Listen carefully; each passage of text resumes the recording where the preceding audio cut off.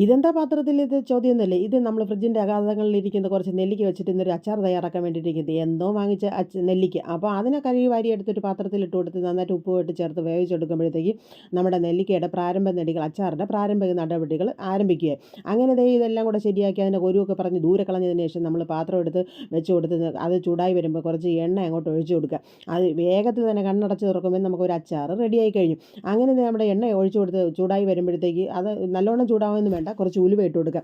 അതിങ്ങനെ ചൂടായി വരുന്നതിന് മുന്നേ തന്നെ നമ്മൾ ഒരു കഷ്ണം കായം കൂടെ ഇട്ട് കൊടുത്ത് നന്നായിട്ട് ഇത് മിക്സാക്കി കൊടുക്കുക. അങ്ങനെ തന്നെ കുറേശ്ശെ വൃത്തിയാക്കി വെച്ചിരിക്കുന്ന നെല്ലിക്ക അതിനകത്ത് ഇട്ട് കൊടുത്ത് കുറേശ്ശെ ഇട്ട് കൊടുത്ത് നമ്മളൊന്ന് വഴറ്റിയെടുക്കണം. നെല്ലിക്ക എണ്ണയിൽ കിടന്നൊന്ന് വഴലട്ടെ.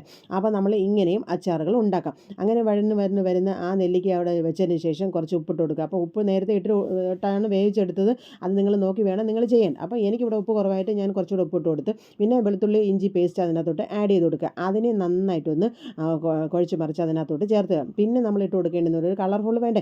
അങ്ങനെ നമ്മൾ കുറച്ച് മഞ്ഞൾപ്പൊടിയും കൂടെ വെതിരെടുക്കുമ്പോൾ ഒരു മഞ്ഞ കളറ് നെല്ലിക്കയായി.